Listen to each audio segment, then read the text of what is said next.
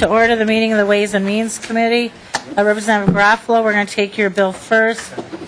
Just so members of the audience and committee know, we will not hear House File 2967 this evening. And we'll do Representative Garofalo's bill first, then Representative Myhra, and then the two Loon bills, and then the Beard bill, and then the House bill. So welcome to the committee, Representative Garofalo. Thank you, Madam Chair. I move that House File 2949 be recommended to pass and referred to the General Register. All right, thank you. And we're getting your spreadsheet copied. It should be here momentarily. Representative Greiling, are you missing the bill itself? Madam Chair, all I have in here is the three that I put in my folder this morning. If you do not have the bills for this evening, the Garofalo bill, if you'd raise your hand, we'll get pages to get you copies as soon as possible.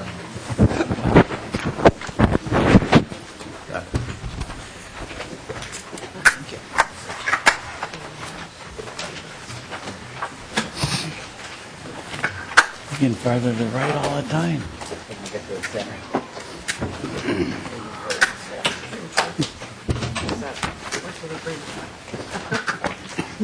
All right, Representative Garofalo, if you'd like to start explaining your bill. Thank you, Madam Chair. To the financial provisions in this bill, first of all, Section 1, the early graduation changes, we included some of the governor's language regarding changes in the eligibility for that program and the classification for local school districts and how to handle early graduates. In section, the PSEO changes in this bill also generate savings for, what it does is basically it expands eligibility in the PSEO program. Also, there is a grant for the Bemidji School District in here on a one-time basis for transportation costs. The committee took a look at that. That district is actually larger than the seven-county metropolitan area and has reached the conclusion that there's no way to modify the transportation or transportation sparsity formula in a way that is going to take care of Bemidji's problems without a massive infusion of transportation funding and actually an overspending in that area. Those are the highlights of the financial provisions of the bill. I'm going by memory.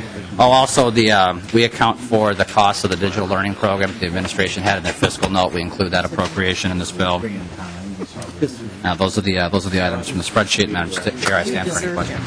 Oh, and then also I should mention that Representative Breinart and I had a conversation in committee about some non-financial tweaks to policy language and definition of a term in a report there. We're going to take that up on the floor because we didn't meet the 24-hour deadline. So Representative Breinart and I are in agreement in that. We'll take care of that then. Right, thank you, Madam Chair. Representative Garofalo, are there any questions on the bill or the spreadsheet? Representative Carlson. Madam Chair, just a question about the early graduation. I know the language is being removed about the aid being paid through the end of the school year. And my question centers on, I was a high school teacher and taught often mainly senior classes. And it was not real common, but periodically we did have students who chose to graduate early. Representative Carlson, can you please use your microphone? I'm having a hard time hearing you. Thank you. Sure, I thought it was close enough. What I was pointing out was that as a teacher who often was teaching mainly seniors, we would have students that completed their requirements for graduation, and then they would stop going to high school. They were done, but they would often return at the end of the school year for the graduation exercises. My father, in fact, going way back, they had early graduation. He graduated from Roosevelt High School at the end of the winter semester or fall semester. I forget what they called it. So there's always been early graduation. But my point is that there are some, they may be minimal, costs that you do incur when the student does return for purposes of graduation and what have you. And I don't know if you gave that any consideration or not. They will want to march with their class, and so there will be some cost. Counselors get involved, the staff that's working with the graduation exercise, and all the different things that go into it. So bottom line, I have no problem with early graduation. I saw it very successfully take place for a long time, but there are some costs when a student participates in PSEO. We do allow a percentage to remain with the school district for the administrative costs and that kind of thing. Representative Garofalo. Thank you, Madam Chair and Representative Carlson. The early graduation changes, the savings were a result of the governor's language. We're carrying this to conference committee on his behalf, and will be the basis for additional conversations and negotiations in the future. Certainly, you bring up some reasonable points, and I will make sure that those are brought up in conference committee as well, unless the Senate were to some reason agree to my bill. Thank you. Representative Greiling. Thank you, Mr. Chair, or Madam Chair, sorry, and Chair Garofalo and members. I agree with Representative Carlson, and despite the fact that it was a governor's recommendation, I do consider it a cut to our high schools, and I think it's also a disincentive for good information to be gotten out to students who want to take advantage of these opportunities if school districts think they're then losing the money for the rest of the year. And Mr. Arnson, who was testifying in the Education Committee, put it very well. He said it's like, you bought a ticket for the opera and then someone left early, but no one else can buy the ticket. If the seat is still there, it has to be paid for, and you couldn't take it away from the opera company. So I thought that was a good way to think about this. So I also don't support that provision. I don't support the bill either for two other reasons, and one of them is the bill that we had on the floor today, actually, that Representative Bills had about political activity in the schools, so we don't need to rehash that, but that is in here as well. And then I won't dwell on it because I think it's a separate bill later on tonight, but Representative Loon's bill is in here regarding early childhood scholarships and taking some of that money and using it for other early childhood students. And so for those are my three main objections and why I recommend a no vote on this bill. All right, thank you. Any other questions of the bill author? Seeing none, Representative Garofalo, if you'd like to renew your motion. I do that, Madam Chair. Representative Garofalo moves that House File 2949 be recommended to pass and referred to the General Register. All those in favor say aye. Aye. Any opposed, nay. No. Motion prevails. Thank you, Madam Chair, members of the committee. Thank you. Representative Myhra?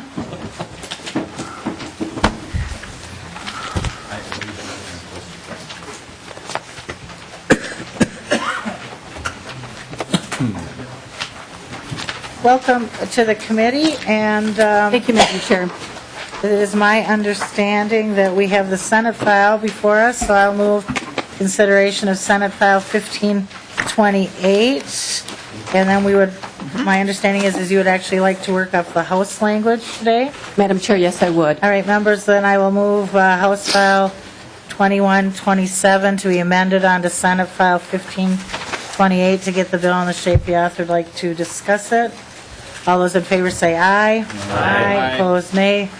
The motion prevails. And then there is also A11 amendment. Is that your amendment? Yes, it is. It's an author's amendment. All right, and it looks pretty technical in nature. Would you like to briefly explain that? Madam Chair, yes, I would. The first portion of it is addressing a concern that came out in both education reform and education finance on the requirement for completing a digital learning course. And there was a question about rural communities having adequate broadband capacity. And so to allow school districts to have time to get all their ducks in a row before this would be implemented, we've changed the effective date from 2012-2013 to 2013-2014. So that means that it would be effective for starting in 2013-2014 for students entering grade 9. The next one is just a technical error that was caught on page 6, line 10. The word online should not have been stricken there. On page 6, line 34, we've changed national to research-based, and that was agreed to by the department. And on page 7, line 1, we've struck the sentence, The Commissioner also may conduct an internal review of an online learning provider at an enrolling district's request. And to strike that language was a request by the Department. All right, members, any questions on the A11 amendment? Seeing none, all those in favor say aye. Aye. Opposed, nay. The amendment is adopted. All right, Representative Myhra, if you want to explain your bill and fiscal note, my understanding is the money for your bill is carried in the bill that we just passed that was authored by Chair Garofalo. Madam Chair, that is correct. The $51,000 fiscal note is going to be provided for by House File 2949. All right, thank you. On page 2, at the very top, is a requirement that high school students successfully complete one digital course. And we have defined digital learning in this bill. What it means is that it's a class that, or education that is facilitated by technology. So there's no confusion. It's not an extra course. It is a course that is already required, but it would be facilitated by technology. On line 2.16 through 2.19 is a requirement for the Board of Teaching to prepare teachers and have for the delivery of digital and blended learning. This was agreed to by the Board of Teaching. They spoke in favor of this. Moving on to the next area of change in this portion of statute. On page 4, line 12 through 4.12 through 4.13, it defines digital learning. Digital learning is learning facilitated by technology that offers students an element of control over the time, place, path, or pace of their learning. This is a very broad definition. Within digital learning, there is blended learning. It's a form of digital learning that occurs when a student learns part-time in a supervised physical setting or part-time through digital delivery of instruction. Or a student learns in a supervised physical setting where technology is used as a primary method of delivery to deliver instruction. And then we also retain the definition of online learning. Online learning is a form of digital learning delivered by an approved online learning provider under paragraph D. And there it just is, those are the providers that are approved by the Department of Education. And moving on. And Representative Myhra, the fiscal note in particular, the 51,000, what is the department going to be doing that they would need this appropriation? They'll have half a full-time employee to help school districts with implementation of the provision on line 2.1 through 2.5. All righty, thank you. Members, are there any questions for Representative Myhra? Representative Breinhardt. Thank you, Madam Chair.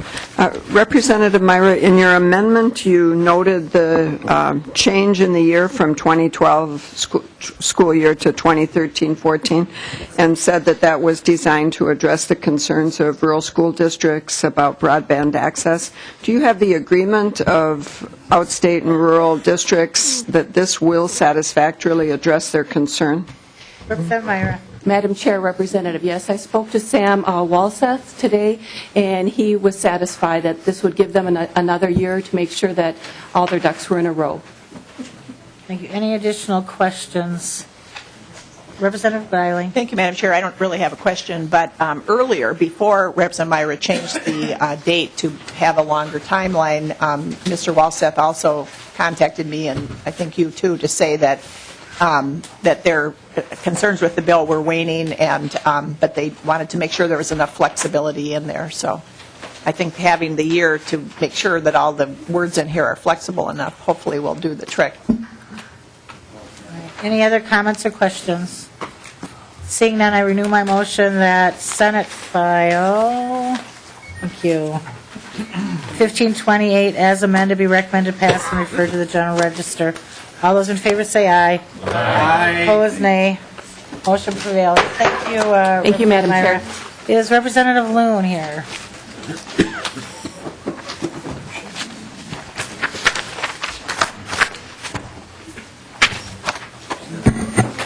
Welcome to the committee. Which of your two bills would you like to take up first? Chairman's choice. All right, I'll move House File 2580 for consideration by the committee.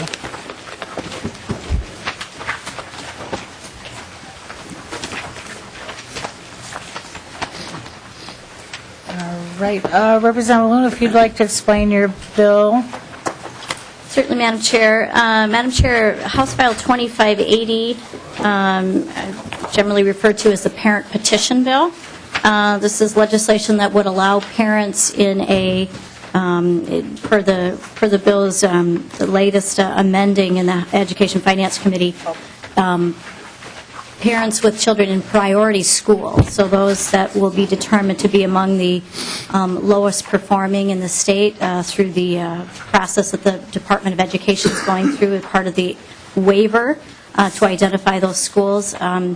This would now allow parents with children in those schools to generate a petition if they chose, and if a majority of those parents chose to sign the petition, present it to the school board requesting an intervention model to improve the academic performance at those schools. The parent petition option would not be available until after the turnaround process, which the department would be entering into with these priority schools as they are identified, until those turnaround models had at least 3 years to be in place and to have effect. And so that's, I mean, I can go into more detail if you want about how the petition would work and that, but that's kind of it in a nutshell. All right, thank you. Representative Greiling. Thank you, Madam Chair. This one is one that I think is definitely not ready for even being in this committee, not to mention going to the floor. I recommend a no.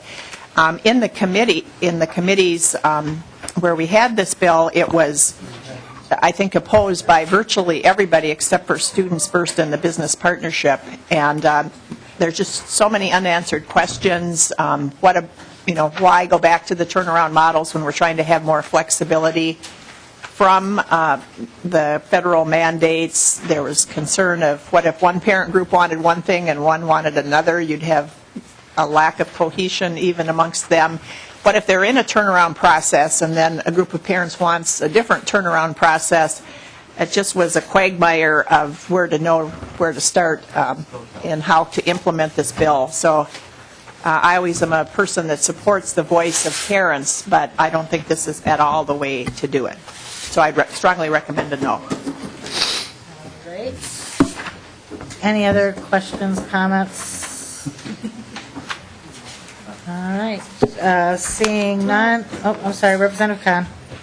Could Representative Loon answer some of the examples that Representative Greiling just brought up? For example, a set of parents in the process of asking for a turnaround, and another set of parents come in and ask for a 180-degree turnaround. How would that be handled? Representative Loon.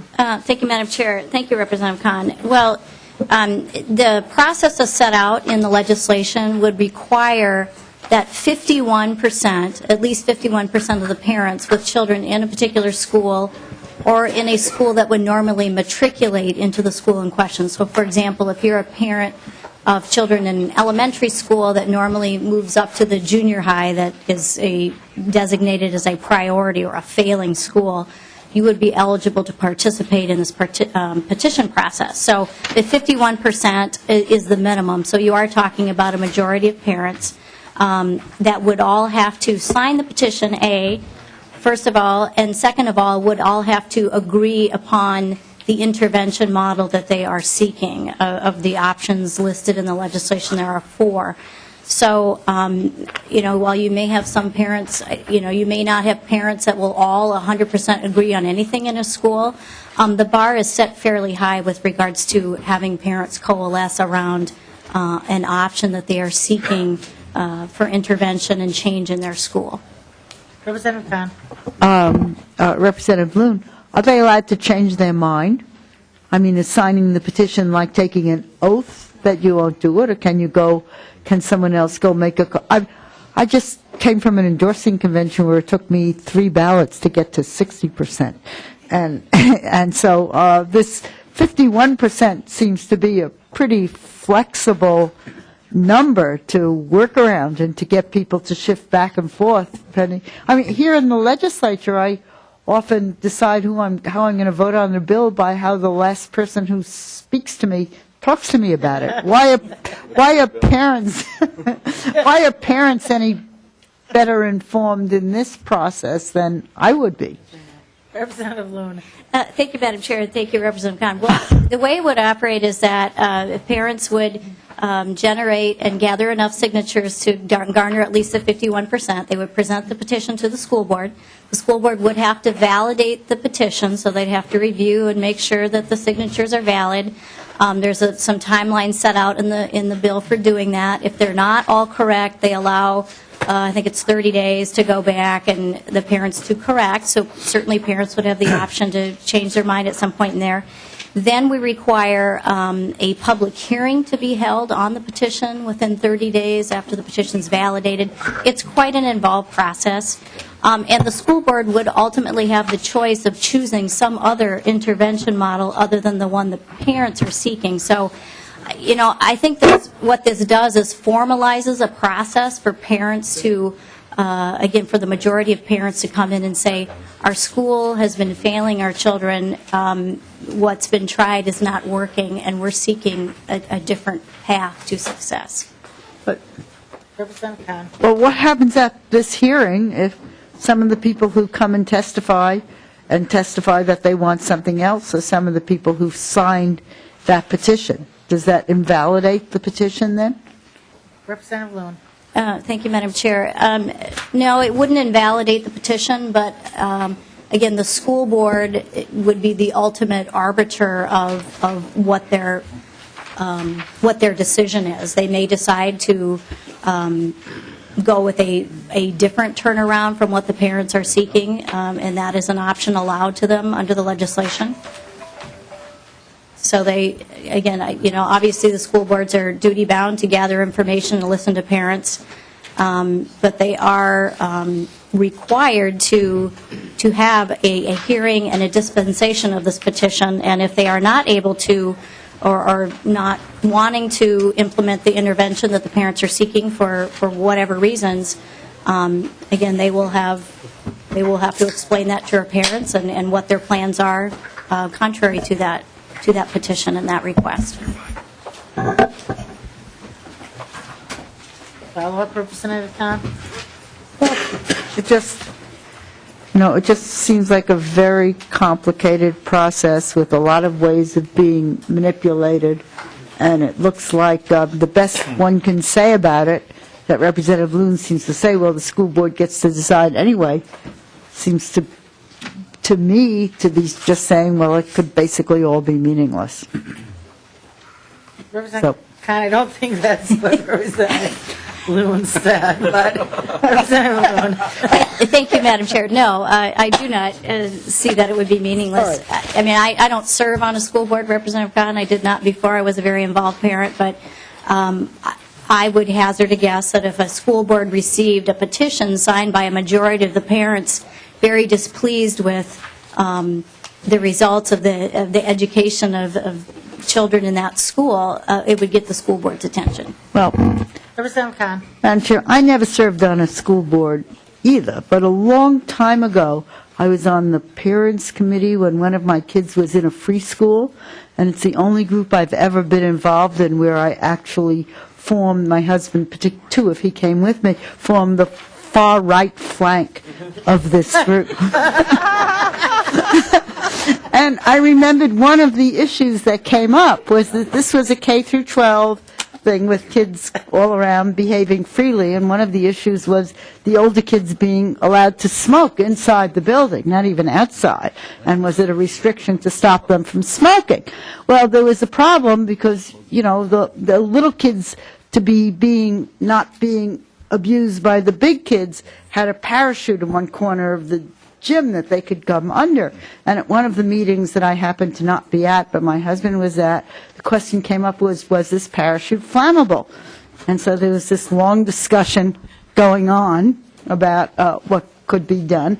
My husband finally gets up, goes into the gym where the parachute is, cuts a little piece off, brings it, tests it before he does it, of course, brings it into the school board, into this parents' advisory committee meeting, touches a match to it, and it goes up in flames. So that ended the discussion, needless to say. And the parachute was, the solution was to take the parachute away, not to stop the kids from smoking. And from then on, my daughter was always pointed out as the kid whose father made us get rid of the parachute.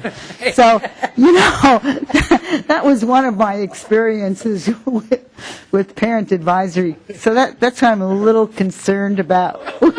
We weren't really able to turn the directions around. I think we actually finally pulled our daughter out and put her into a regular, more specific, more ordinary school. So, Representative Rukavina. And then, Madam Chair, Representative Khan passed the bill that would have had her husband in life in prison, no parole after that, so, for doing that.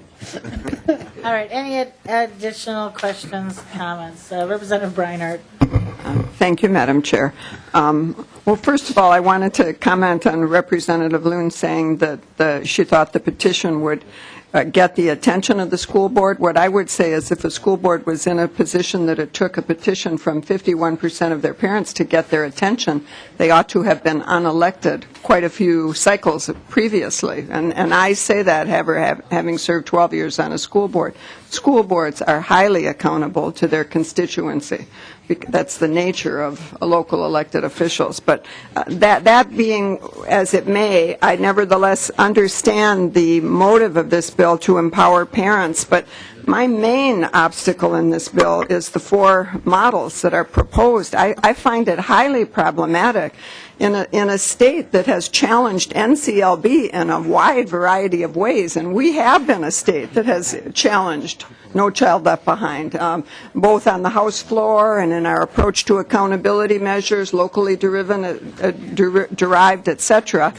To take the 4 federal models as the basis for which we would turn around schools, to me is just, it's not acceptable. It's so, I have a lot of questions about these models. Research has a lot of questions about these models. Some of these models have proven not to work in our own schools. So I would just say, I would caution anyone from taking the 4 models out of the federal reform process, given the results we've seen from No Child Left Behind.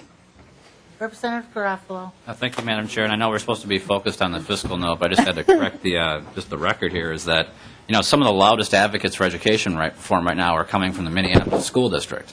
Parents who are not being acknowledged by the school board members, who are screaming for LIFO and for tenure reform, but the school board is too busy sending out opinions on union stationery, admonishing previous school board members on negotiations.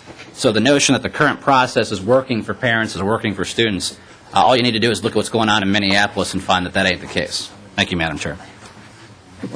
Thank you, Representative Garofalo. Representative Champion. Thank you, Madam Chair. And Representative Garofalo, I think that you are mistaken. And the number of people that you've been listening to has been advocates who don't have students or even children. And so I think that you should be very careful when you interject the name of Minneapolis Public School and hold up some comments from a limited few in order to be that of our community or our city. We are not monolithic, and we have a right to speak to any issue, but I do not think it's appropriate, even in this committee, for you to raise such an issue. Representative Garofalo. Madam Chair, Representative Champion, 2 points. Number one, you're not refuting the point that before they actually took the oath of office, that a majority of the new school board actually signed a letter on union stationery admonishing the previous school board on how to handle negotiations. You're not disputing that, are you, Representative? Madam Chair?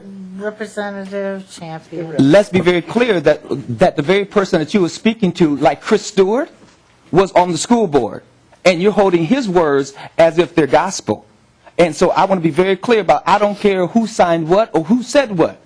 But I think we should be very clear when we want to throw the children of Minneapolis into this discussion as if you're going to use them as a way to forward or move forward what I would consider very destructive policies. Madam Chair? Representative Garofalo. Madam Chair, Representative Champion, I'm not citing Chris Stewart. I'm citing the Minneapolis Star and Tribune, and I'm citing a letter that they signed. But if you want to have a conversation about that later, we can. What Representative Loon and I are arguing is the parents in your district should be able to decide. We want to empower your parents. Now, I understand that that's a threat to the establishment. I understand it's a threat to the teachers' union. We're siding with the parents here. If the parents in your district don't want to do this, nothing happens, Representative Champion. I don't understand how you can possibly be opposed to parental empowerment in your district. Madam Chair? Representative. If you truly want to empower parents, then you would think about some of the policies that you're putting forward that totally interferes with parents' lives. Such as when you want to talk about LIFO, that could be dealt with on a local level and is being dealt with on a local level. But because of the fact that you want to use our children to say that it's all in the name of closing the achievement gap as your entree into really wanting to be destructive to unions, that's not empowering our parents. Empowering our parents would also mean to think about the safety net programs that you and your side of the aisle are so increasingly wanting to be very destructive about. I think you should also think about when higher ed, when you cut $441 million of the same students and the same people that you want to say that you're trying to empower. When I think in terms of empowerment, I think of a comprehensive approach to empowering a family and making sure there are pathways out of poverty and into prosperity. So when you also want to think about a school board, if you're so concerned about the school board, then you should also listen to our commissioner, who's been very clear about education reform, and she's been very clear about how do we empower parents. And I think if we're truly about empowering parents, then we should do that and not use this arena as an opportunity for you to slam unions, because that's really what it's all about. It's really not about those black or brown kids who are in the Minneapolis school district or any other kids that's in the school district. So I think that we should be very clear about what you're really pushing. So if you are really clear about wanting to make sure those same kids are protected, what about making sure that there's some clarity around those who are on free and reduced lunch? And how do we deal with policy? What about integration revenue? If you really want to talk about integration revenue that affects the same kids that you are talking about protecting, you're not really talking about protecting those kids. So don't use Minneapolis as an opportunity in order to bash the union. If you want to bash unions, do it on your time and use your students and your kids in order to do it. Madam Chair, my final point, and I'm done. I would love to talk to the commissioner about this. I can't, Representative Champion. You know why? She's on vacation. All right. Well, hold it. Madam Chair, if I might. Just a minute. Okay, we're not going to have a back and forth. We're so far afield of what's in the bill.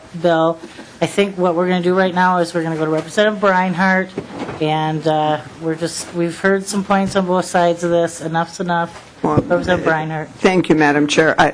I simply wanted to say that whatever issues, the complexity of issues at play in the discussion around our urban school districts are not an appropriate basis for making statewide policy, and the points that I was making about this bill have to do with my perception of its value or lack thereof in terms of statewide application. Thank you, Representative Breinhardt. Representative Wagenius.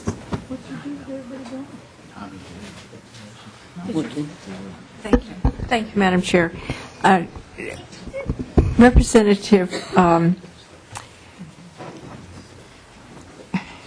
Bobby Joe Champion is not the only Minneapolis legislator in the room. I am another one. I have at least 3 schools in my district and 3 right on the border of my district. And I understand the huge desire, and I share it, to make sure that all children are successful. But when you talk about the parents in my district wanting this, I would have assumed that if there was a hue and cry, I would have heard from at least one parent, given the fact that I have at least 3 large schools in my district and 3 right on the border. And I haven't heard from a soul about this solution to the problem. So I just don't want this solution attributed to my parents. All right, thank you. Representative Khan. I just wanted to say that I'm disappointed that my statement about parent involvement didn't convince Representative Garofalo. Representative Downey. Thank you, Madam Chair. Just to draw us back to the bill, members, under No Child Left Behind, a school can literally fail its kids 5 years in a row. 5 years in a row, under No Child Left Behind, a school can literally fail its kids before any serious intervention can be taken. Representative Loon's bill says that a school can literally fail its kids for 3 years in a row, and at that point in time, if the parents petition the school board, a serious intervention can take place. Members, I just want you to think about what it means for a school to literally fail its kids for 3 years in a row and try to argue that Representative Loon's bill is some kind of an extreme measure. Members, this is just a step in the right direction. All right, seeing no other comments or questions, I will renew my motion that House File 2580 be recommended to pass and referred to the General Register. All those in favor say aye. Aye. Opposed, nay. No. Motion prevails. Next, I'll move House File 2729, recommended pass. This is also going to the General Register. Representative Loon. Thank you, Madam Chair. This legislation would create a grant for a parent-child home literacy reading program. And so it would direct funds. There were $4 million in early childhood scholarship funds provided in our budget, in the budget process that was done last summer. And so from that $4 million, it would take $250,000 to direct it to this program. It is a data-based, research-based program that has been used in the United States for over 40 years. It's in 14 different states. We have one of these programs operating in Minnesota. Has been very successful at basically engaging parents with their children and to develop really an appreciation and love of reading at a very early age. These families, through this program, again, it's run by a nonprofit, they are sort of their family is followed in terms of how the children are doing academically once they get into school, and also sort of the economic progress in that of the families. It's shown to be very successful, and I think it's definitely a worthwhile project. All right, members, Representative Slawick, I believe, has a question. Thank you, Madam Chair. Just two things, Representative Loon. One, I know that on line 1.16 you had inserted the language. I'm going to get to the fiscal part, Madam Chair, but I just have to mention this, that the money should be used for a program provider of the parents or legal guardian's choice. So all those years of working on quality rating, all those attempts to say, hey, let's use our money better, let's put standards in place, let's do what they're doing in K-12, let's make sure our kids are going to the most high quality rated places. You just took that all off with that line from $4 million, that they can use it wherever they want. So there's no standards. Am I correct? Is there no standards? No, they can use that money, the church, the daycare, the neighbor, the whoever? Representative Loon. Thank you, Madam Chair. Representative Slawick. Representative Slawick, as you know, I was very much in favor, remain in favor of quality rating and the parent aware system that is going through. And as you know, also, we had that legislative discussion on the House floor and a vote to take it out, and that vote prevailed. And, you know, while it wasn't my choice and my preference, you know, the legislation as it was enacted with the budget did not have a reference to quality with regards to these scholarships. That's not a decision that I agree with, but that is the law. And, you know, the department's implementing it. Again, my concern is without the statutory authority. And so that line was an amendment added by another member in committee. And I explained exactly what I'm explaining to you now. I absolutely agree that quality is important, but that's not what's in the statute right now. Representative Slavitt. Madam Chair, I'll finish on this point and then move to my next. However, as you know, the Department of Education came up with an implementation plan as they were directed to, and in their implementation plan, they did plan to use that money for quality scholarships, and we're talking about $4 million for early childhood that was to be used in an innovative way, and now is being used without any kinds of standards. So I think, members, we need to think as this travels to the floor if that's something we really want. It's so hard to get money around here for anything, and then when you have $4 million for little kids, but you're not putting any kind of standards on how we're spending it, I'm concerned about that. As far as the $250,000 to the parent-child program, Representative Loon, and we see eye to eye on so many things, but, this is basically earmarking. I mean, you're taking money and giving it to a specific program, and I know they're sitting right behind you, and I like them, and they're nice people. And can you tell us, did Senator Bonoff come to you with this program? Can you tell us the name of the program and what they do? And I think they're here. Representative Loon. Thank you, Madam Chair. Yes, well, the program is called the Parent-Child Home Program. It is a national program. The service provider in Minnesota is Jewish Family and Children's Services. And again, to my knowledge, there is no other program that exists in Minnesota like this. Madam Chair. Representative Slavitt. So, again, we're taking money and we're putting it towards a specific program. There's lots of good programs out there. I mean, there's lots of good home visiting programs. There's lots of other good early childhood programs. And I'm concerned, in Health and Human Services, all we're doing is defunding grants. And here we're funding a very specific program with a very specific amount of money on their very specific agenda. And so I worry about that. I know I've worked with Senator Bonoff on this myself. I know you guys run a good program. But are we here at the legislature with our fiscal conservative friends across the aisle really wanting to give money to specific programs? I thought that was what we weren't going to be doing.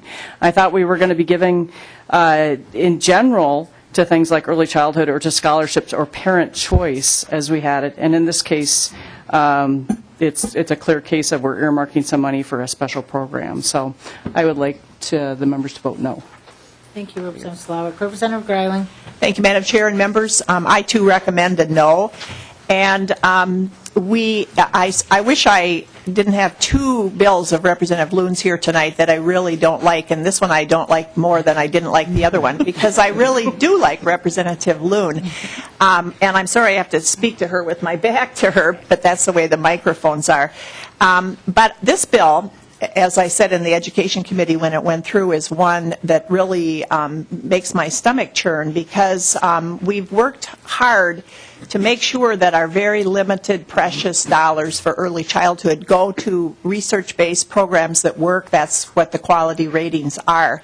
And this bill blows that up by throwing that to the wind under the guise that we didn't agree on language in statute, and therefore we can't have quality ratings. But members, there was language that retained quality ratings in another part of current statute. So that argument I don't buy. The program under question for which this earmarking is being proposed is a quality program. Nobody disagrees with that. I think it's in Representative Bonoff's district, and she wanted to support this program, and I think she's right to want to give money to a quality program. But the wrong part of this bill is that it is taking money from some little kids that are lined up for the $4 million for the existing program that we charge the department to work on, and then giving it to these kids. So I think it's never a good idea to fund things by taking from some little kids to give to other little kids. We heard in the committee that the current $4 million is addressing something like 2% of the need of the little kids who would qualify for that $4 million, and then the year after that, in the out years, it's only 1%. So there isn't enough money. There isn't enough money here for 98, 99% of the little kids who would qualify for the programs that do have quality rating criteria.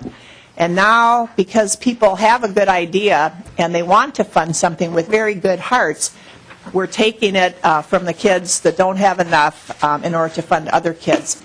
And this is what it comes to, members, when we don't have enough money and we aren't willing to supplement the money with a single penny of any kind of a tax increase. We've obviously cut more than we can stomach if even Republicans are coming forward with bills that take from somewhere else in order to fund something else.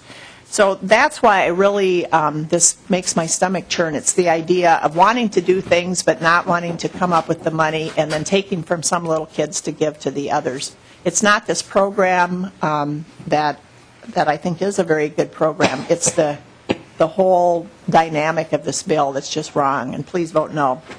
Representative Reinhardt. Thank you, Madam Chair. Well, I'll be brief because the point's been made in a couple of contexts, but my main issue with this bill is the $250,000 for the grant program. And it has nothing to do with the quality of the program, but it is a carve-out or an earmark, and in an environment in which we're on a daily basis in this session, we're talking about government reform, we're talking about performance measures, and we're talking about outcomes-based decision-making. It's beyond me why we don't do this in an RFP or open process. There are other programs. Maybe this program would come out on the top. Maybe it's the best we've got. But we have no basis of knowing that in this process. And I can tell you another 2 or 3 programs that could apply and maybe be competitive. So to my mind, it violates the whole frame in which we talk about government reform today. Representative Biskins. Representative Khan. Yes, well, Madam Chairman, I'm trying to again look at this language on 1.16 and also with the information that Representative Grayling gave us, that only 2% of the people eligible for the $4 million are getting it. How does the department determine that 2%? I was thinking of, did we need to put some language into this language that said, provided it meets the quality standards? But if they're making decisions, is it a first come, first served, or what happens with that? Representative Khan, if you look on page 2, lines 4 and 5. Yeah. It's right down here. Right here. It's free and reduced lunch. Yeah. Oh, yeah. Yes. Yeah, I see that. But we still had that it's only 2% of the people who possibly could be served. So, for example, there is, I just wonder what the effect of having that sentence is there if they're going to have to make decisions anyway. Don't they put some quality decisions into making that decision? It's a question. It's not an accusation or anything. I'm just, my first inclination listening to Representative Grayling is to take that line out or then to modify it saying provided that it meets the department's quality standards.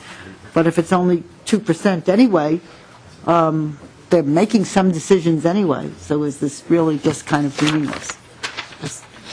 I'm just asking the people who know more about it than I do how those 2% get chosen. Representative Loon.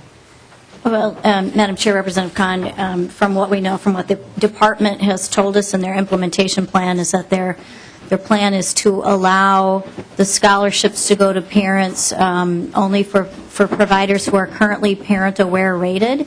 And, depending on your familiarity with that program, only those that are rated a 3 or 4. The program is in its infancy, really. And so the rating system as it was rolled out would be a 1 through a 4. But again, the department's plan at this point is to only allow scholarships to programs that are a 3 or a 4-star rating. Okay. So then, Representative I think you've given me the answer. So this line on 116 doesn't allow the parent to say, I really like this 0 program instead of the 4 program and do it. It doesn't allow them to choose that program, or does it? It does. Representative Loon. Well, the legislation as amended now would allow the parents the choice of program. So they could choose, Madam Chair, so they could choose the 0-rated program instead of the 3 or 4, where now they're looking at the 3 or 4-rated programs. Representative Loon. Well, they could again choose the program of their choice. Okay. Well, Madam Chairman, let me just try an amendment to take out that new inserted language on 116. I mean, I think I understand if we're choosing between programs of equal quality or so, but if we put in a whole thing of quality rating, and now we're just going to ignore it because the parent can listen to some ad or something like that, it just seems totally ridiculous. So I'd move that we strike the new language on 116. Representative Loon. Any comment to the No. oral amendment? Representative Griley. Thank you, Madam Chair. I was on the list anyway, and this fits into what I forgot to say in my earlier statement. I strongly support the Khan amendment. And what all members should know is, and this was raised in the committee as well by me, and that is, wouldn't having this language in here on 1.16 jeopardize the $45 million federal dollars that we got recently for early childhood? We got that based on our quality rating program. And so I was raising the question. Nobody really knew the answer. But then afterwards, I heard from Karen Cadigan, who's our point person in the department for early childhood. And she said there is that real possibility. It wouldn't be all the funds, but it would be some of them, because some of them are based on the quality rating. So if we would not vote for the Khan amendment, and this would pass, then we could be jeopardizing some of the other precious money that we have for early childhood students, as we're busy here talking about just a $4 million amount compared to what we could lose with this language in federal dollars. Representative Slawick. Thank you, Madam Chair. I also support the Khan amendment, and I think that this is actually at the heart of a really big argument. Representative Garofalo, contacted me. He was out in the community saying, "Oh, we did this new scholarship program," and I had to say to him back, "It's not a new program. We've had scholarships before in this legislature, and we've had scholarships that have been tied to quality." It goes back to your Art Rolnick philosophy of you help kids that are the most at risk and the most at need. You give them a good scholarship to go to a high-quality place, and you just got your rate of return of 16%. Isn't that what we want to do with this legislature, is invest in human beings and turn them around? When you have this language in there, you take your money, they're $4,000 each, right? You take your $4,000 and you go anywhere. So you have your high-risk kid going to maybe a place that's not very high quality, so you have maybe no return on investment. I mean, it's very clear. So I think it's important that we delete this. I know this argument, I think I know what will happen today, but Madam Chair, this is really a fundamental argument. Members, if we delete this, or if we had let it go, the department has an implementation plan. They have it to do the QRS. It's important, in my opinion, that moves forward. Representative Khan. I would just like to know, is there anybody on the committee who's going to make a statement in favor of keeping this line? We haven't heard the author do it, so I'd like to hear if anyone on the committee will do it. All right. Representative Khan. I'm Just a thinking question. some people are looking at the time and Okay. think we need to That's move the only on reason here. they won't make a statement in support of it. Okay. All right, members, Representative Slavic moved to delete the new language. I'm sorry, Representative Khan moved to delete the language on, new language on line 16. All those in favor say aye. Aye. Opposed, no. No. It does not prevail. A division, Madam Chairman. Representative Khan would like a division on her oral amendment. All those in favor of deleting the new language on line 16, raise their hand.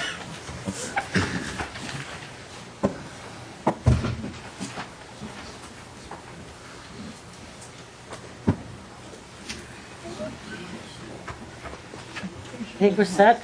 All those opposed, same sign.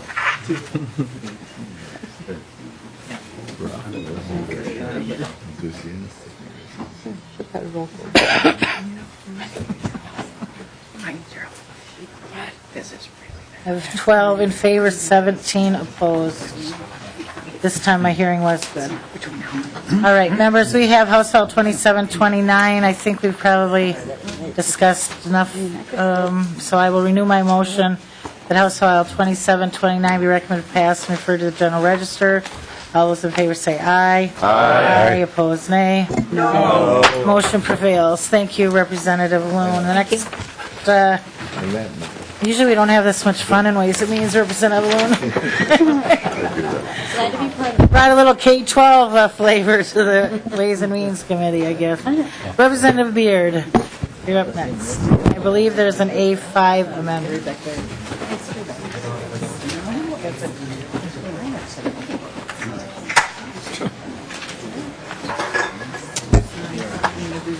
Madam Chair and members, Yes, Representative Beard. I'd like to move 2169, recommend pass and be sent to the General Register, but I'd like to also move the A5 amendment. All right, members, Representative Beard moves the A5 amendment. Get the bill in the shape you'd like to discuss. If you briefly, I'm guessing this is a fiscal note issue. This is a fiscal note, members, and then, Madam Chair, if you'll indulge me, after this is adopted, there are a couple of oral amendments which will skinny the fiscal note down even more. But by deleting sections 1, 2, 3, and 4, and section 10 on page 8, this will knock out several $100,000 of the alleged fiscal note. More about that in a moment. All right. Members, any questions on the A5 amendment? Seeing none, all those in favor say aye. Aye. Opposed, nay. A5 amendment is adopted. All right, Representative Beard. Madam Chair, now I can either do these, there's 3 places I want to knock out the word local. I can do it on the floor, or I can do it right here. If you're okay with that. If you believe it will affect the fiscal note, I think we should do it here. It will. All right. Line 5.25, the word expressly. If we would strike that, that seemed to give some agency a real heartburn. All right, on page 5, line 25, delete the word expressly.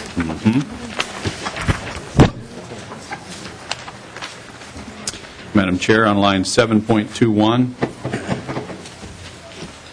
and who's the staff, Mr. Marks or Anita, Ms. Newman?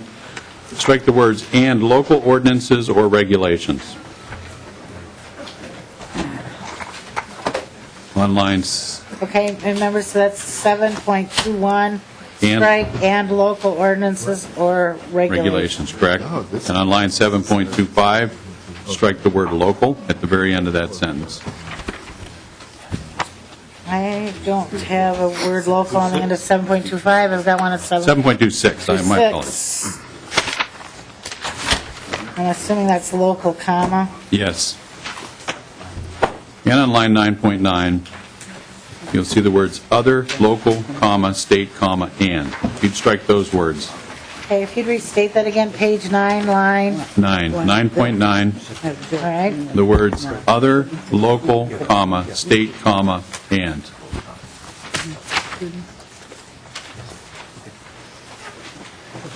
And that's the oral amendment.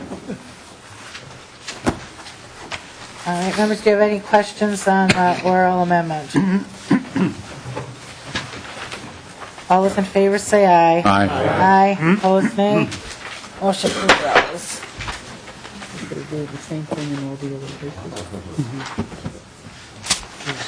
All right, Representative Beard. Madam Chair. Maybe you can, we have the fiscal note in our packet. We do. And it's quite extensive in nature. If you can share with us how your amendments change the nature of the fiscal. Certainly, in working with my capable pro bono help members, the fiscal note that it's an audacious one, in my humble opinion, $1,097,000 to do something that 10 years ago we did for something less than $12,000 just strikes me as a little over the top. However, in trying to accommodate the agencies that are it's claiming that this is going to take 14 full-time equivalents and all kinds of time, if we strike the by adopting the A5 amendment and by striking including local ordinances and reviews, in especially the cumulative effects, they claim that this now takes us down to somewhere less than $250,000 over the next 3 years. I think, members, that it's actually considerably less than that, but I'm frankly tired of fighting with them and arguing about the fiscal costs of trying to report rules to the ranking members and the leaders of the various committees and to the Legislative Coordinating Commission. So I yield, Madam Chair and members, with the amendments that you've just adopted, House File 2169. is now considerably smaller and considerably less expensive, at least as the administration asserts. Members, 10 years, or actually longer ago than that. In 1996, according to a former member, Knobloch, that I had a long and pleasant chat with, there was quite an undertaking to address rules and rulemaking and how rulemaking happened in this place, which led to a bill passed by the legislature in the spring of the year 2000, ordering all the agencies to go through all their rules and bring forward a summary of the rules and what they propose for rulemaking coming up in the next few years. Madam Chair, just by example, the Pollution Control Agency brought forward a report that was 26 pages long that more than complied with what House File 2169 is asking for. That report cost considerably less than $10,000, $9,686 actually. The DNR complied. Their report was almost 60 pages long, $5,600 of staff time and copying costs to comply with what we're asking House File 2169 to do. If you sense that I'm just a little irritated with the fiscal note and with the assertions that this is going to bring the halls of government grinding, or the wheels of government grinding to a halt, you're correct in that assessment. However, by the amendments that we brought forward and by working with the agencies, Madam Chair and members, I think that we can actually accomplish pretty much what the legislature in the year 2000 accomplished. It's been more than a decade since we've had a comprehensive look at the rules and the rules that they're promoting and proposing. It's time to do it again, and House File 2169, I think, will engage the legislators who come back here next year, the chairs of the committees, the ranking members of the committees, and the Legislative Coordinating Commission in the rulemaking process and give us a fresh set of eyes on the rules that we actually assert over our citizens and over their economic activity. That, in essence, is the bill. In keeping with both a letter from Governor Palente and from Governor Dayton, this bill does not intrude on the governor's authority to promulgate rules or the agency's ability to promulgate. It does not delay or add costs to the rulemaking process. In spite of DNR's assertion, it will not prohibit them from making hunting and fishing seasons or setting bag limits or anything like that. It does not place a moratorium on rules or rulemaking, but I think it does, by bringing us more, as legislators more into the loop, protect us against overly burdensome, duplicative, and unnecessary rules. It certainly gives legislatures ownership and responsibility for the rules that are being proposed over the next few years, and I think it actually, at the end, will actually result in better coordination in rulemaking between the agencies.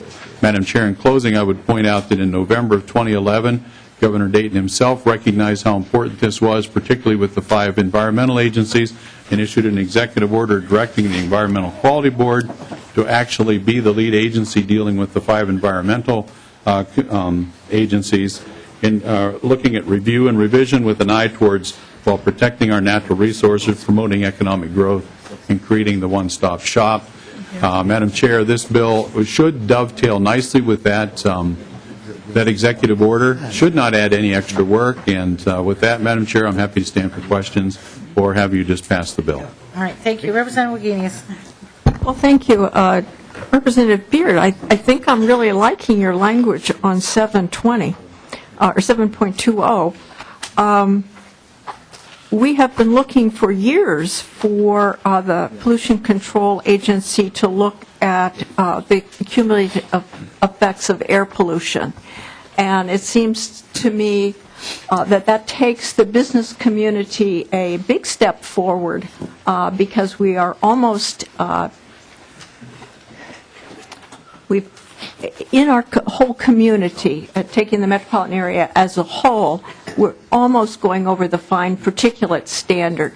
And this language looks to me like, since cumulative effect is a term of art with air quality, that this may actually, this piece of it may actually be very helpful. I know Karen Clark has been trying to get this into statute for years. So I thank you for that sentence on 720. Representative Hornstein. Thank you, Madam Chair, and I think Representative Beard is familiar with some of my concerns because we talked extensively over a couple of hearings, I think, in GovOps. But, so I'll just very briefly review those and encourage a no vote.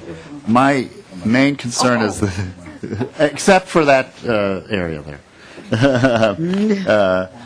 But my concern is really along the lines of having the legislature get involved in the rulemaking process, because we have a lot of expertise in the PCA, we have in these executive agencies, and if we just throw this into the legislative arena, I think it could really gum up the works in terms of the separation of powers. We have the legislative branch, the judicial, and the executive, and this is properly in the executive branch with experts, and us in the legislature, being able to set the policy and the broad parameters, but the specifics done, by the agencies. And so my concern is really procedural rather than, the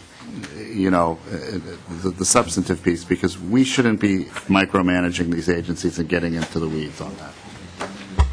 Representative Beard, did you care to comment? Otherwise, I think I've got one. Otherwise what, ma'am? I've got one other, oh, no, I'm sorry. I thought Representative Gavel had a comment. I have a closing. We're going to lay this amended version over. Okay. I would suggest that the agencies work with you and the fiscal note process. You've made the bill a lot thinner. We should hopefully get below the figure you quoted in committee. I think it's possible, especially when you provided the cost for some of these reports 10 and 12 years ago, and the amendments that were done.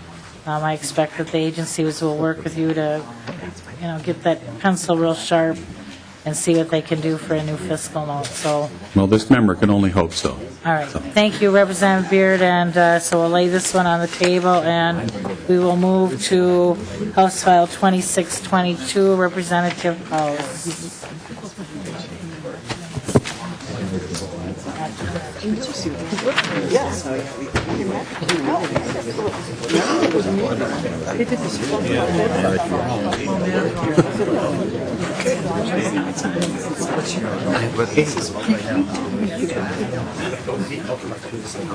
All right, Representative House, welcome to the committee. It's my understanding that you have just one amendment for your bill this evening. Is that correct? That is correct, Madam Chair. And members, this would be familiar language. It was part of the 815 amendment that was inadvertently deleted the other day. And so this would get the bill in the shape in which you'd like to discuss it. Is that correct? Correct, Madam Chair. All right. Any questions on the A17 amendment? We already passed the beer. Seeing none, all those in favor say aye. Aye. Opposed, nay. The A17 amendment is adopted. I believe you now have the bill in the shape that you would like to discuss it. Madam Chair, I believe we went through the bill the other night. All right. I think everyone's had time to look at it. All right. Any questions on the bill as amended? Representative Carlson. Madam Chair, not necessarily any questions unless the author wants to respond, but I think there are a few points that I would like to make before we vote on this bill. And some of these points I've made in the Capital Investment Committee and will again make here. But first of all, I think the bill is truly inadequate to meet the infrastructure needs of the state. And the legislation that was passed last summer during the special session provided the debt service for a bonding bill that could be as high as $775 million. This one is at $280 million, so we're far below where we could be. And in addition to that, the governor did recommend at $775. With a small bill like the one we have now, we're failing to take advantage of the low interest rates that are available. And especially important right now with the construction industry the way it is. Some of you may recall that the governor commented that with his proposed bonding bill, there would be as many as 20,000 plus jobs provided. And he said even if you wanted to disagree with that and cut it in half, there would still be roughly 12,000 jobs, I think was the number that he used, something close to that. The other thing that I find troubling, and this goes back to the days when I chaired the Education Division of Appropriations, and we dealt in that committee with the bonding. We didn't have a capital investment committee at the time. But we always tried to pay close attention to the priorities of the jurisdiction of that committee was education projects, but the priorities that the University of Minnesota, that the Minsky system had set, the Department of Ed had set in the case of K-12 projects that they were responsible for. And the bill that's before you, even at the 280, simply bounces around in terms of what the system priorities would be. Madam Chair, I don't take lightly arguing at this point in time against a capital investment bill. In fact, I commented in capital investment that I couldn't recall, I'll just put it this way, an omnibus bill. I guess I was reminded by the chair that there was some bill at some point that I had voted against, but when it comes to an omnibus capital investment bill, I have always generally been supportive because I've always been supportive of maintaining our infrastructure and also providing jobs. In fact, just a short story, when Knobloch was in charge of putting together the bonding bill, he came up to me one day and he said, Lynn, he said, I understand you're going to be voting for the capital investment bill. And I said, yes. And he said, well, I'm puzzled. You don't have a project in your district. Well, the fact is that I've always looked at a bill like this from a statewide perspective, and I happen to have a district that has a highway patrol headquarters and a garage for maintenance with MDOT, and that's all that's in my district. But I've never viewed it in a parochial way. I've viewed it in the broadest possible way. And that's the problem, or one of the problems that we have before you. So it's inadequate relative to Minsky and relative to the U of M.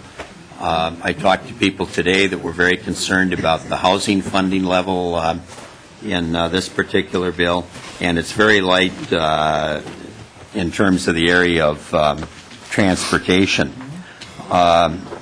We could have before us a much better bill than we have. And one of the things that I pointed out, I think it was yesterday when the bill was presented, was the House rule, and then there's a joint rule that tracks in the same way. And with a $280 million bill, we're putting the House of Representatives at a distinct disadvantage when you go into conference committee, because the rule provides, and I'll simply read it, it's just one short paragraph. A conference committee report must include only subject matter contained in the House or Senate versions of a bill for which that conference committee was appointed, or like subject matter contained in a bill passed by the House or Senate. So you can pick up information from a different bill and move it in, but that language is there so that conference committees don't take too much latitude in terms of what may have not passed either the House or the Senate. Then it goes on to say the member presenting the conference committee report must distinguish the differences between the House and the Senate. So you go in at a bill with a bill at $280 million, and even if your ultimate goal is $500 million with the capital project, you're still putting the House at a disadvantage. Just a comment. I have before me the Senate acted, and they did exactly what I was arguing for yesterday, which was to phase in the capital. And they have, and I would point out there, I think there's a few shortcomings with theirs. I wouldn't be endorsing the Senate bill as it now stands, but in terms of providing additional projects across the state of Minnesota, they're doing a much better job. And I'll just take one area, asset preservation, and I know that the chair of the Capital Investment Committee indicated that he was hopeful that he could have an even larger number than what the governor did in terms of asset preservation for our colleges and universities. We've come in with the governor's number, and I know that the chair wanted a higher number. The Senate is at $35 million for the university, $35 million for, or $32 million for Minsky. Just as one example, and I could go down through the list, one right after another. The other failure of the bill as it now stands is it leaves huge holes in the state of Minnesota in terms of where these investments are taking place. And one thing when I was more involved with putting together capital investment bills, and I think I mentioned yesterday, I think there was a period there for 20 years running where I was one of the conferees, we always tried to make sure that all regions of the state were taken care of in terms of what their priority needs are. And that just doesn't happen. I know in our committee on capital investment, for example, one of the members pointed out that there wasn't a single project in the suburbs. That's an awful lot of our, or that's where a lot of our two-year colleges are located, both technical colleges and community colleges. So there are some huge problems at the 280. Now, I've also been told that somehow if we argue against this bill, we're putting the bill in jeopardy. And I would only remind the committee and remind the people in the audience that there are 33 members of this committee. The majority party has 20 votes. The Democratic Party has 13 votes. So there's no way that as a group that we can slow this bill down. And I don't know, maybe some of our people might end up voting for the bill, but there's no way that we could prevent the majority party, unless they choose to slow the bill down, that we could do that in and of ourselves. So, Madam Chair, I would like to request a roll call vote on passage of the bill. Is there any other comments? All right, Mr. Smith will note the roll. I'm sorry, did you want to speak? Representative Gavel. Madam Chair, I almost said Madam Speaker. Madam Chair, the amendment in the bill as amended strips out a project that has waited and waited and waited and waited for funding in my community, a measly $1 million for the St. Cloud Civic Center. A lot of us are here to advocate for our own constituents. I'm frustrated that is being taken out. I know that we have some people here from the community who wanted to speak to that. We're moving very quickly, I know. I don't want to delay us too long, but this is an important bill, and I would like them to have an opportunity to say at least a little something to it, if that's okay with you, Madam Chair. Representative Gavel, I wasn't aware that you had requested anybody to speak on the bill. If you informed the staff, and I wasn't aware, my apologies, but generally don't take testimony from the public. If you have somebody from St. Cloud that wants to speak briefly to that, we can certainly accommodate that. Thank you, Madam Chair.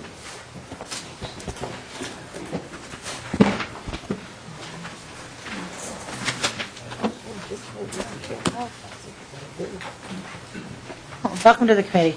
Thank you, Madam Chair. My name is Teresa Bonin. I'm president of the St. Cloud Area Chamber of Commerce.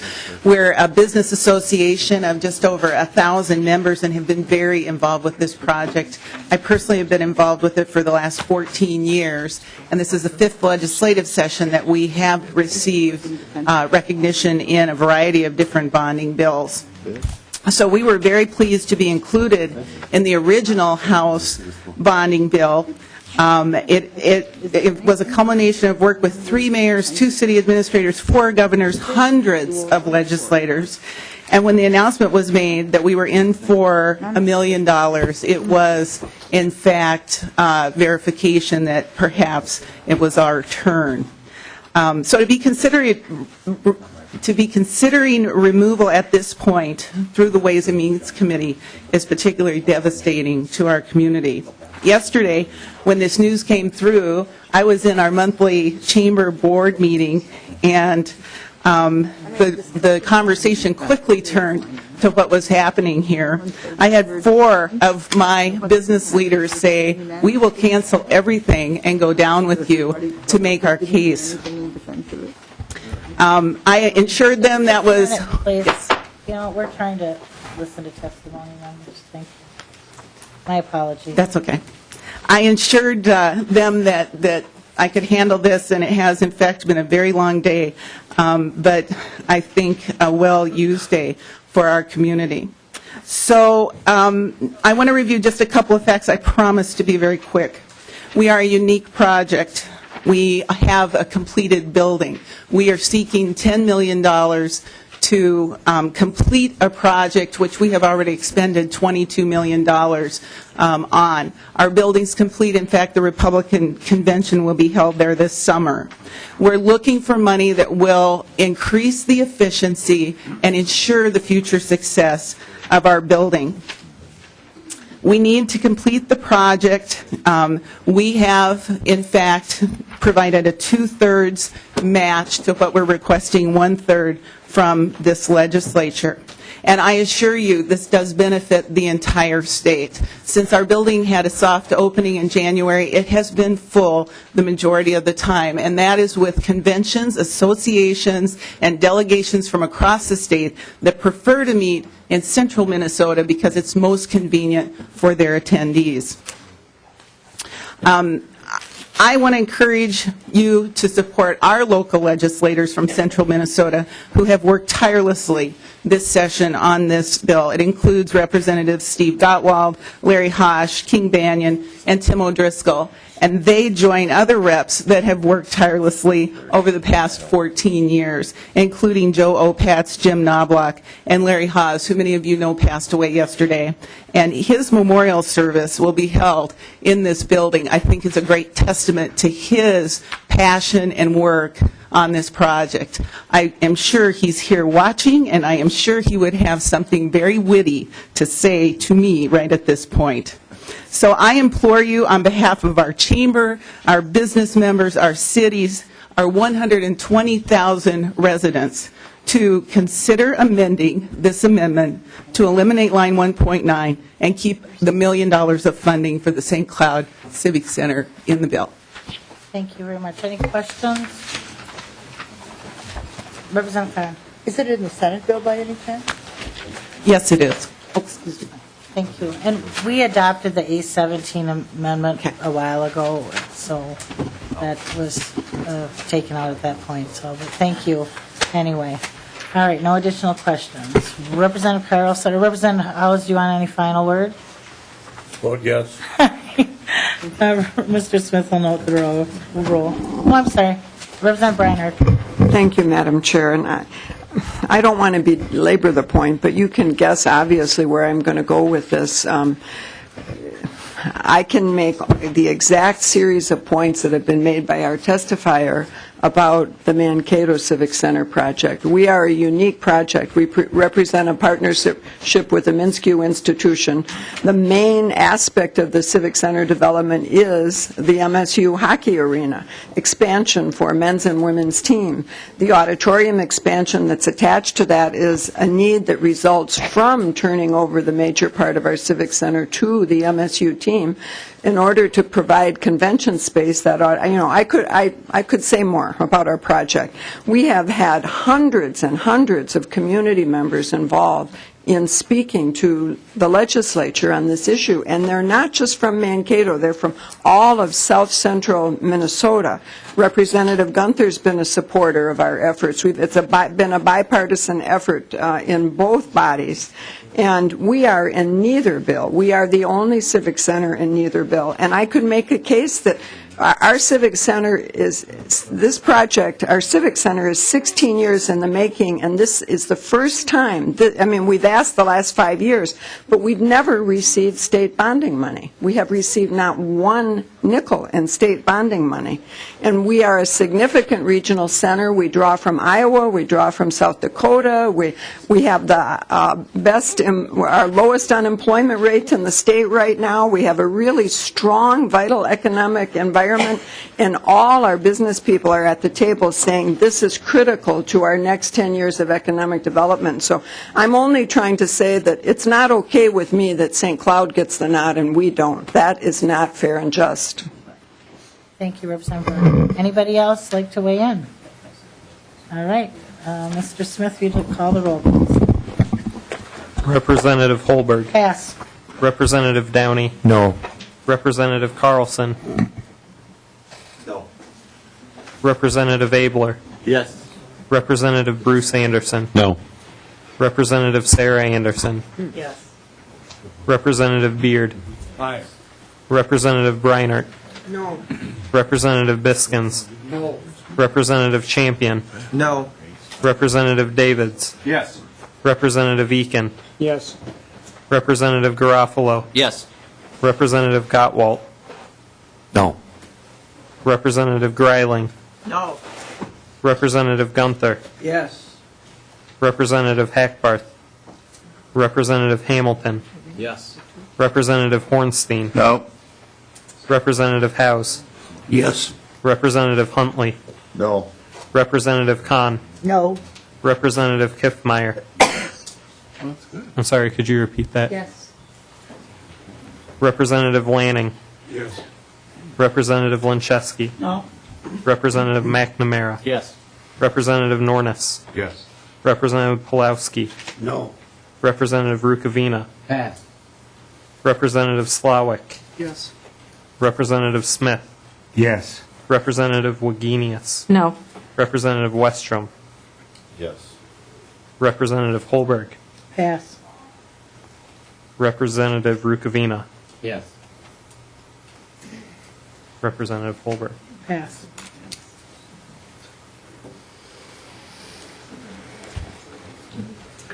This has got on the floor.